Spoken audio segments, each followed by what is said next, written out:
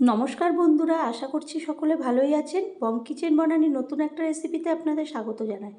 আমি আজকে যে রেসিপিটি করব সেটি একটা মিষ্টির রেসিপি, মালপোয়া।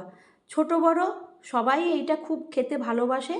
তো তার জন্য আমি প্রথমে একটা কড়াই বসিয়ে দিলাম। কড়াইটা গরম হতে আমি ওর মধ্যে এক বাটি মৌরি আগে একটু টেলে নেব।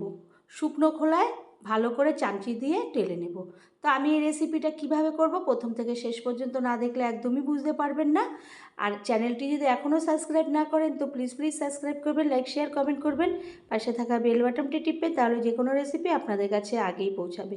এরপরে মৌরিটা ভালো করে একটু ফুটে ফুটে উঠেছে, তখন আমি কড়াইটা একটা সাঁড়াশি দিয়ে ধরে আমি একটা মিক্সিং জারে নিয়ে নেব। এবার মিক্সিং জারে ওটা ভালো করে একটা পেস্ট করে দেবো। ওটা আদা ভাঙা হবে, বেশি এটা মিহি করতে হয় না। আদা ভাঙা করে করলে সেন্টটা বেশ ভালো হয়।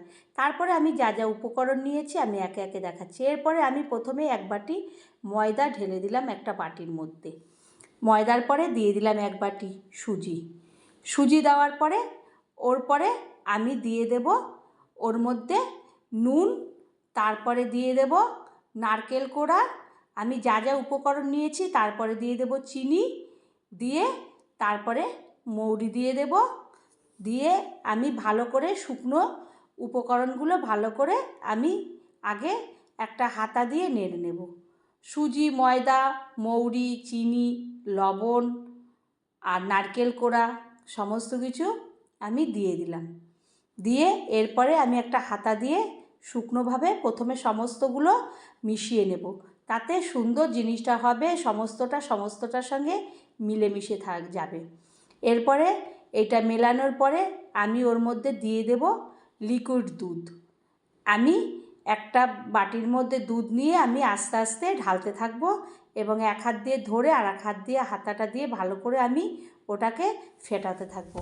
আমি যত সুন্দরভাবে ফেটাবো আমার মালপোয়াগুলো ততভাবে সেই সুন্দরভাবে ওটাকে ফুলে উঠবে। যখন আমি ভাজবো সুন্দরভাবে ফুলে উঠবে। তো তার জন্যে আমি দুধ যেটুকখানি লাগছে সেইটুকখানি করে এইভাবে নিয়ে নিচ্ছি। তো বন্ধুরা, সামনেই জন্মাষ্টমী এসে গেছে।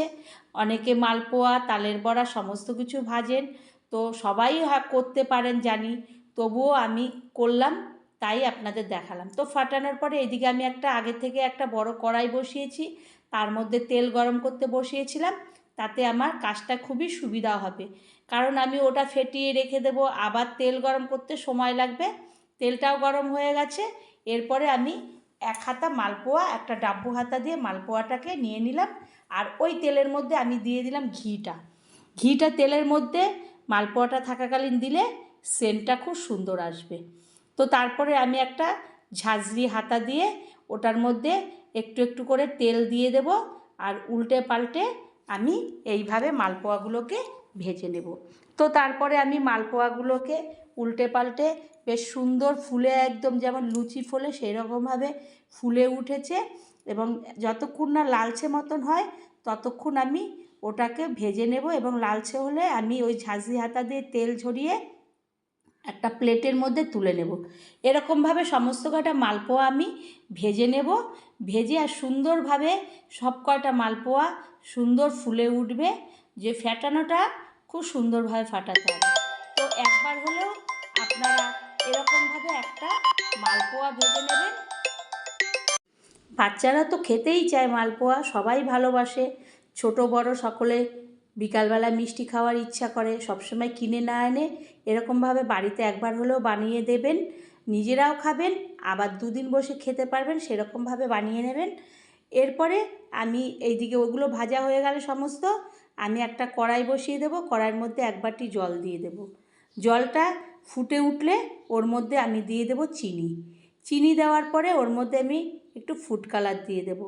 তাহলে এই মালপোয়াগুলো যখন মালপোয়া ভেজাবো তখন বেশ মালপোয়াগুলো সুন্দর হবে। এরপর আমি ফুড কালার দিয়ে দিলাম, আর ওটা সুন্দরভাবে ফুটে একদম আঠালো টাইপের হয়ে গেছে যখন, আমি হাত দিয়ে হাত দিয়ে চেপে দেখব যে আঠালো ভাব এসে গেছে, চ্যাটচ্যাট করছে, তখন আমি একদম ওটাকে বন্ধ করে দেবো। বন্ধ করে শিরাটা যখন ঠান্ডা হবে, এইদিকে মালপোয়াও ঠান্ডা হয়ে যাবে, তখন আমি একটা একটা করে মালপোয়া ওই শিরার মধ্যে ফেলে ভালো করে ডুবিয়ে এপিট উপিট করে সমস্তগুলোকে রস যাতে ঢোকে সেইভাবে সমস্ত মালপোয়াগুলোকে একটা প্লেটের মধ্যে নিয়ে নেব। এরপরে কিছুক্ষণ পরে আমি ছিঁড়ে দেখব যে ভেতরে একদম রস ঢুকে সুন্দর আর ভেতরটা একদম ফাঁপা সুন্দর হয়ে গেছে ফেটানোর জন্যে।